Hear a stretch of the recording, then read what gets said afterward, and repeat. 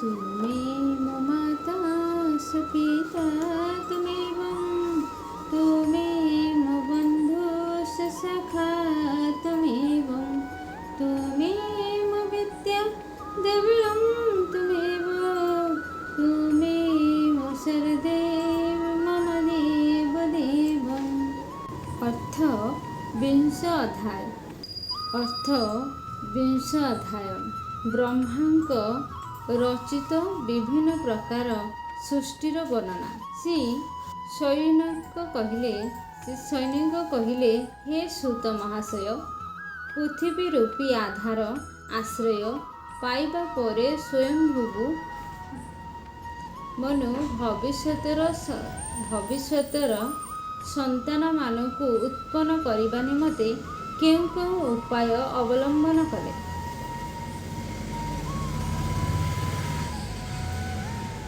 विदुर तो बड़ भगवत भक्त एवं भगवान कृष्णकर अन्योन्य सुहृद थिले। तेणु श्रीकृष्ण को अनादर करिथिबा निजर बड़ भाई धृतराष्ट्र को और तांको पुओ दुर्योधन को अपराधी बोली जानी से त्याग कर देथिले। से थिले महर्षि कृष्ण द्वैपायनंकर पुत्र एवं महिमारे से तांको ठारू कौनसी प्रकारे कम मध्य नथिले। पुणी से थिले भगवान श्रीकृष्णंकर संपूर्ण आश्रित और कृष्ण भक्त मानकर अनुगामी। तीर्थ सेवन फलरे तांकर अंतःकरण आहुरी शुद्ध हो जाइथिला।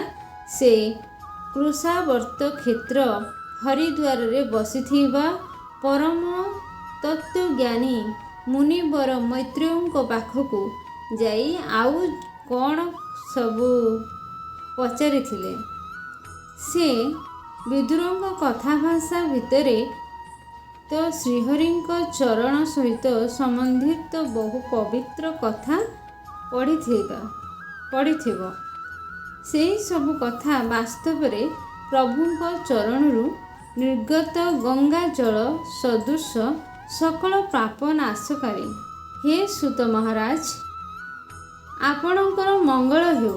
दया करी भगवानकर सेही पवित्र कथा सब शुणातु। प्रभुंकर उदार चरित ही तो कीर्तन योग्य। भला एहीपरि केउं रसिक थिबो जे कि श्रीहरिंकर नीलामृत पान करी सेतिकी थाउ कही चुप होइजिवो। नैमिषारण्यवासी मुनि माने एहीपरि पचारिबारु उग्रसभा सुत मुनि भगवानଙ୍କ ठारे चित्त निवेश करी कहिले, शुणन्तु। से सुत कहिले, हे मुनिगण, निज मायारे ही बराह रूप धारण करिथिबा श्रीहरि जेपरि रसातलरू पृथ्वी को उद्धार कले एवं अवलीलाक्रमे जेपरि हिरण्यकश्यप को वध कले, ताहा शुणी विदुर बड़ आनंदित हेले। से मुनिवर मैत्रेय को कहिले। विदुर कहिले, ब्रह्मन् आपण पौरोक्ष विषय मध्य जानती। तेणु प्रजापति मानकर स्वामी ब्रह्मा मरीचि आदि प्रजापति मानक उत्पन्न करिबा परे सृष्टि बढ़ाइबा निमते कौन कले ताहा दया करी कहंतु। ता छड़ा मरीचि आदि मुनि ऋषि माने ओ स्वयंभू मनु ब्रह्मांकर आज्ञारे किपरि भावरे प्रजाबुद्धि कले ताहा मध्य कहंतु। सेमाने आपण पत्नी मानक सहयोगरे जगत उत्पन्न कले ना निज निज कार्य स्वतंत्र रही अथवा समस्ते मिसी एही जगत रचना कले। मुनिवर मैत्रेय कहिले, हे विदुर, जीव मानकर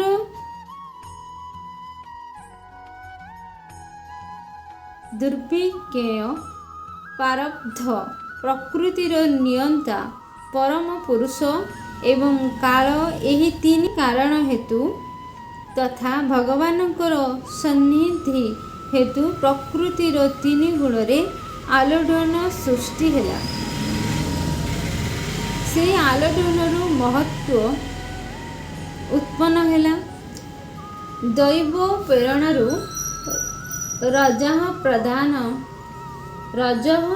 ପ୍ରଧାନ ମହତ୍ତ୍ୱରେ ବୈକାରିକ, ରାଜସ ଓ ତାମସ 3 ପ୍ରକାର ଅହଙ୍କାର ଉତ୍ପନ୍ନ ହେଲା ଏବଂ ସେହି ଅହଙ୍କାର ଆକାଶାଦି 5 ତତ୍ତ୍ୱମାନଙ୍କରେ ଅନେକ ବର୍ଗ ଉତ୍ପନ୍ନ କରିଦେଲା। ସେହି ସବୁ ବର୍ଗ ଅଲଗା ଅଲଗା ରହିଲେ ଭୂତମାନଙ୍କର କାର୍ଯ୍ୟ ରୂପୀ ବ୍ରହ୍ମାଣ୍ଡ ରଚନା କରିପାରି ନଥାନ୍ତେ।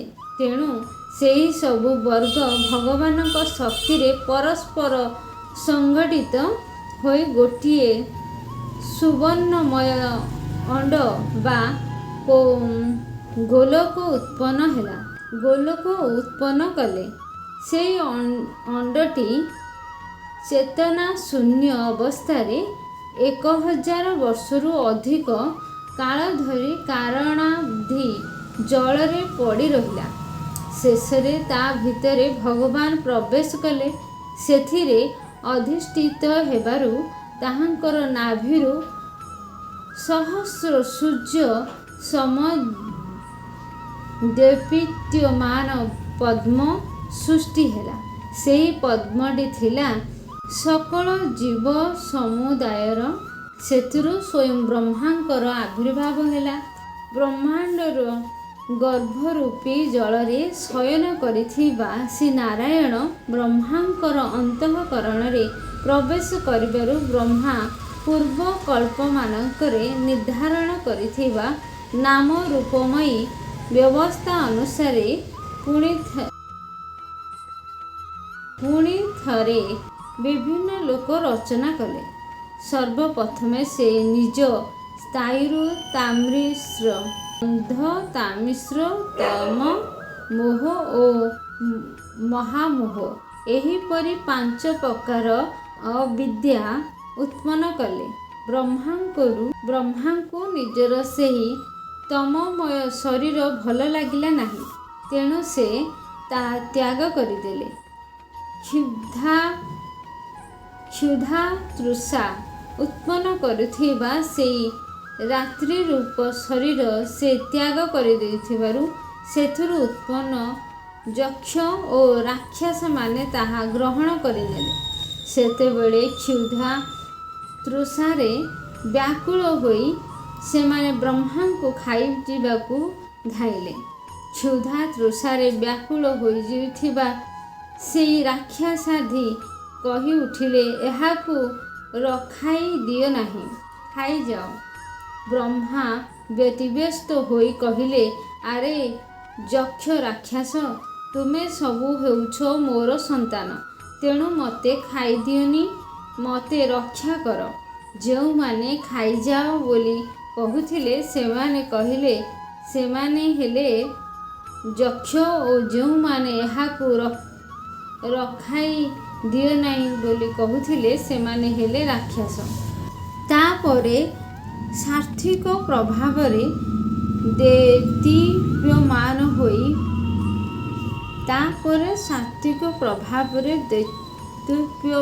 ହୋଇ ବ୍ରହ୍ମା ମୁଖ୍ୟ ଦେବତାମାନଙ୍କୁ ସୃଷ୍ଟି କଲେ। ବ୍ରହ୍ମା ସେହି ଦୈଦୀପ୍ୟମାନ ଶରୀର ମଧ୍ୟ ପରିତ୍ୟାଗ କରିଦେବାରୁ ଦେବତାମାନେ ଆନନ୍ଦରେ କ୍ରୀଡ଼ା କରିବା ସହିତ ସେହି ଦୀରାରୂପୀ ଉଜ୍ଜ୍ୱଳମୟ ଶରୀର ଗ୍ରହଣ କରିନେଲେ। ତାପରେ ବ୍ରହ୍ମା ନିଜର ଜଘନ ପ୍ରବେଶରୁ କାମାସକ୍ତ ଅସୁରମାନଙ୍କୁ ଉତ୍ପନ୍ନ କଲେ। ସେମାନେ ଅତ୍ୟନ୍ତ କାମଲୋଲୁପ ହୋଇଥିବାରୁ ଉତ୍ପନ୍ନ ହେଉ ହେଉ ମଥନ ନିମନ୍ତେ ବ୍ରହ୍ମାଙ୍କ ଆଡ଼କୁ ମାଡ଼ି ଚାଲିଲେ। ତାହା ଦେଖି ବ୍ରହ୍ମା ତ ପ୍ରଥମେ ହସିଲେ, କିନ୍ତୁ ପରେ ନିର୍ଲଜ୍ଜ ଅସୁରମାନେ ତାଙ୍କୁ ଗୋଡ଼ାଉଛନ୍ତି ଦେଖି ସେ ଭୟଭୀତ ହୋଇ କ୍ରୋଧିତ ହୋଇ ଦୌଡ଼ି ପଳାଇଲେ। ସେ ଯାଇ ଭକ୍ତମାନଙ୍କୁ ସେମାନଙ୍କର ଭାବନା ଅନୁସାରେ ଦର୍ଶନ ଦେଉଥିବା ଶରଣାଗତ ବତ୍ସଳ ବରଦାୟକ ଶ୍ରୀହରିଙ୍କ ପାଖରେ ପହଞ୍ଚିଲେ ଓ କହିଲେ, ପରମାତ୍ମାନ ମୋତେ ରକ୍ଷା କରନ୍ତୁ। ମୁଁ ତ ଆପଣଙ୍କ ଆଜ୍ଞାରେ ହିଁ ପ୍ରଜା ଉତ୍ପନ୍ନ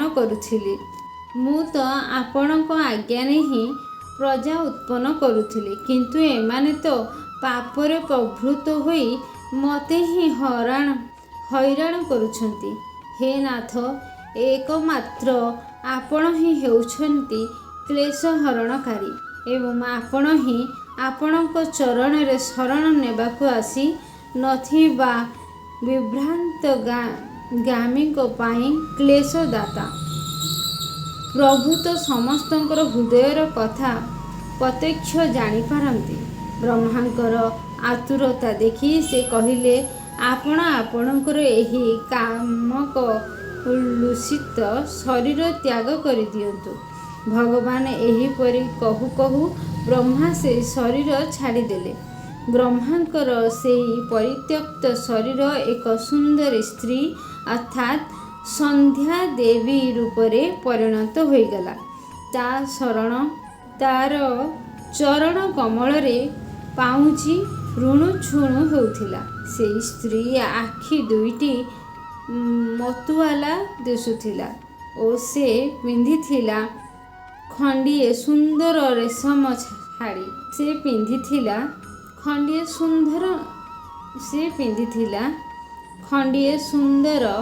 ରେଶମ ଶାଢ଼ୀ। ଏବଂ ତାର କଟିରେ ଶୋଭା ପାଉଥିଲା କଟି ମେଖଳା। ତାର ପୁଥୁଳ ଓ ଉଜୁମ୍ବ ସ୍ତନ ଦୁଇଟି ପରସ୍ପରକୁ ଲାଗି ଯାଇଥିଲା, ଯାହା ଫଳରେ ଉଭୟ ସ୍ତନ ମଧ୍ୟରେ କୌଣସି ଶୂନ୍ୟ ସ୍ଥାନ ରହିବା ପରି ମନେ ହେଉନଥିଲା। ତାହାର ନାସିକା ଓ ଦନ୍ତାବଳୀ ସୁନ୍ଦର ଓ ସୁଗନ୍ଧିତ ହୋଇଥିଲା ଏବଂ ସେ ମଧୁର ମୃଦୁ ହାସ କରି ଅସୁରମାନଙ୍କ ଆଡ଼କୁ ହାବଭାବପୂର୍ଣ୍ଣ ଦୃଷ୍ଟିରେ ଚାହୁଁଥିଲା। କୁଞ୍ଚିତ ଅଳକାବଳୀରେ ସୁଶୋଭିତ ସେହି ସୁକୁମାରୀ ସତେ ଯେପରି ଲଜ୍ଜାରେ ଶାଢ଼ୀର କାନି ଭିତରେ ହିଁ ନିଜକୁ ଲୁଚାଇ ରଖୁଥିଲା। ହେ ବିଦୁର, ସେ ସୁନ୍ଦରୀକୁ ଦେଖି ସବୁ ଅସୁର ମୋହିତ ହୋଇଗଲେ। ସେମାନେ ଭାବିଲେ, ଆରେ କେଡ଼େ ବିଚିତ୍ର ରୂପ, କେତେ ଅଲୌକିକ ଧୈର୍ଯ୍ୟ, ପୁଣି ତାହାର କିପରି ନବଯୌବନ। ଦେଖ ଦେଖ, ଆମ କାମ ପୀଡ଼ିତମାନଙ୍କ ମଝିରେ ସେ କେଡ଼େ ନିର୍ଭୟରେ ବୁଲୁଛି। କୁବୁଦୀ ଅସୁରମାନେ ସେହି ସ୍ତ୍ରୀ ରୂପିଣୀ ସନ୍ଧ୍ୟା ବିଷୟରେ ଏହିପରି ନାନା ପ୍ରକାର ଅନୁମାନ କରି ତା ପାଖକୁ ଗଲେ ଏବଂ ତାକୁ ବହୁ ଆଦର କରିବା ସହିତ ପ୍ରେମପୂର୍ବକ ପଚାରିଲେ, ଆଗ ସୁନ୍ଦରୀ, ତୁମେ କିଏ? କାହା ଝିଅ? ତୁମର ଏହାକୁ ଆସିବାର ପ୍ରୟୋଜନ କ'ଣ? ତୁମେ ତ ଏହି ଅନୁପମ ରୂପ ସମ୍ପଦରେ ଆମକୁ କିଣି ନେଇଗଲଣି। ଆମେ ଅଭାଗାଗୁଡ଼ିକଙ୍କୁ ଆଉ ଅଧିକ ସନ୍ତାପିତ କରୁଛ କାହିଁକି? ହେ ଅବଳା, ତୁମେ ଯିଏ ହେଉଥାଅ ନା କାହିଁକି, ଆମକୁ ତୁମର ଦର୍ଶନ ମିଳିଗଲା, ଏହା ବଡ଼ ସୌଭାଗ୍ୟର କଥା। ତୁମେ ତୁମ କ୍ରୀଡ଼ା କନ୍ଦୁକ ପେଣ୍ଡୁ ଖେଳି ଖେଳି ଆମ ଭଳି ଦର୍ଶକମାନଙ୍କ ମନକୁ ମନ୍ଥି ପକାଉଛ। ସୁନ୍ଦରୀ, ତୁମେ ଯେତେବେଳେ ଉପରକୁ ଉଠୁଥିବ, ପେଣ୍ଡୁକୁ ହାତ ପାପୁଲିରେ ତଳକୁ ମାରି ଦେଉଛ, ସେତେବେଳେ ତୁମ ପାଦ ସ୍ଥିର ହୋଇ ରହୁନାହିଁ। ତୁମର କ୍ଷଣ କଟି ସ୍ଥୂଳ ସ୍ତନଭାଗର ଲହକି ଯାଉଛି ଏବଂ ତୁମର ନିର୍ମଳ ଦୃଷ୍ଟିରେ ମଧ୍ୟ ସାମାନ୍ୟ କ୍ଳାନ୍ତିର ଝଲକ ଦେଖାଯାଉଛି। ବାଃ, ତୁମ ମଥାର କେଶ କି ସୁନ୍ଦର ନ ହୋଇଛି ସତେ! ଏହିପରି ଭାବରେ ସ୍ତ୍ରୀ ରୂପରେ ପ୍ରକଟ ହୋଇଥିବା ସେହି ସ୍ୱୟଂକାଳୀନ ସନ୍ଧ୍ୟା ସେମାନଙ୍କୁ ଅତ୍ୟନ୍ତ କାମାସକ୍ତ କରିଦେଲା ଏବଂ ସେଇ ମୂଢ଼ମାନେ ତାହାକୁ କୌଣସି ରମଣୀ ରତ୍ନ ବୋଲି ଭାବି ଗ୍ରହଣ କରିନେଲେ। ତାପରେ ବ୍ରହ୍ମା ଗମ୍ଭୀର ଭାବରେ ହସି ହସି ନିଜର ସୌନ୍ଦର୍ଯ୍ୟକୁ ନିଜେ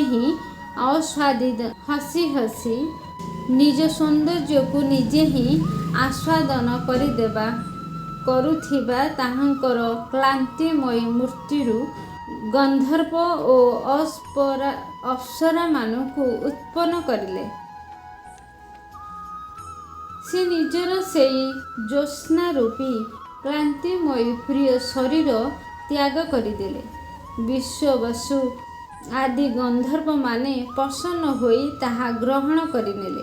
ତାପରେ ଭଗବାନ ବ୍ରହ୍ମା ନିଜ ତନ୍ଦ୍ରାରୁ ଭୂତ ଓ ପିଶାଚମାନଙ୍କୁ ଉତ୍ପନ୍ନ କଲେ, କିନ୍ତୁ ସେମାନେ ଉଲଗ୍ନ ହୋଇ ମୁଣ୍ଡ ବାଳ ମୁକୁଳା କରି ତାଙ୍କ ଆଗରେ ଠିଆ ହୋଇଥିବାରୁ ବ୍ରହ୍ମା ଆଖି ବୁଜିଦେଲେ। ବ୍ରହ୍ମା ନିଜର ସେଇ ତନ୍ଦ୍ରା ବା ହାଇରୂପ ଶରୀର ତ୍ୟାଗ କରିଦେବାରୁ ତାହାଙ୍କୁ ଭୂତ ପିଶାଚମାନେ ଗ୍ରହଣ କରିନେଲେ। ଏହାକୁ ନିଦ୍ରା ବୋଲି ମଧ୍ୟ କୁହାଯାଏ।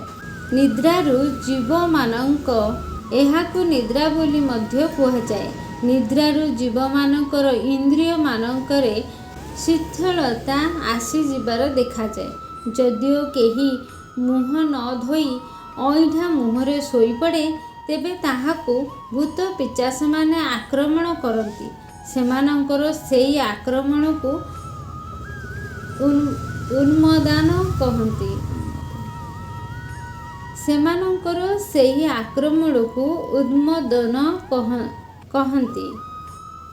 ତାପରେ ଲୋକପତି ବ୍ରହ୍ମା ନିଜକୁ ତେଜମୟ ବୋଲି ଭାବନା ରଖିଲେ ଏବଂ ନିଜର ସେଇ ତେଜମୟ ଅଦୃଶ୍ୟ ରୂପରୁ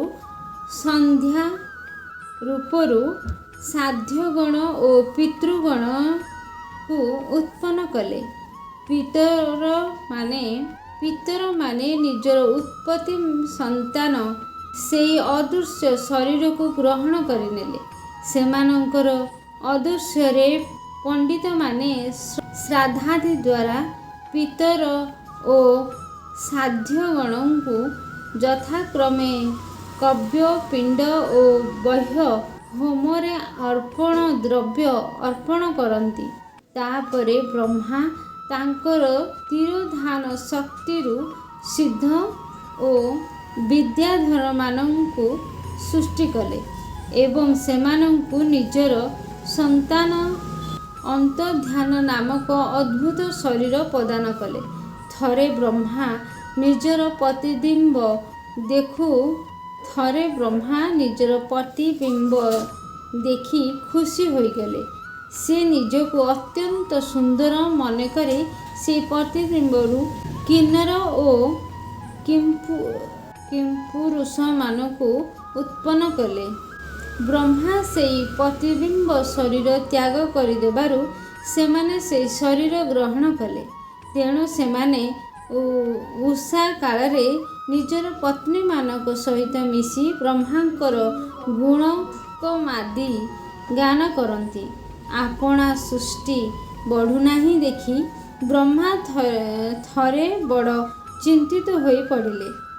ଚିନ୍ତିତ ହୋଇ ସେ ହାତ ଗୋଡ଼ ମେଲାଇ ଶୋଇପଡ଼ିଲେ ଏବଂ କ୍ରୋଧବଶ ହୋଇ ସେଇ ଭୋଗମୟ ଶରୀର ତ୍ୟାଗ କରିଦେଲେ। ସେହି ଶରୀରରୁ ଯେଉଁ କ୍ଳେଶ ଲୋମ ଆଦି ଝଡ଼ି ପଡ଼ିଥିଲା, ସେସବୁ ଅହି ହୋଇଗଲେ ତଥା ସେହି ଶରୀରଟି ହାତ ପାଦ ସଙ୍କୁଚିତ କରି ଚାଲିବାରୁ କ୍ରୂର ସ୍ୱଭାବ ସର୍ପ ଓ ନାଗ ଉତ୍ପନ୍ନ ହୋଇଗଲେ। ସେମାନଙ୍କର ବେକ ଉପରେ ଅଂଶ ବା ହଣା ଚଉଡ଼ା ହୋଇଥାଏ।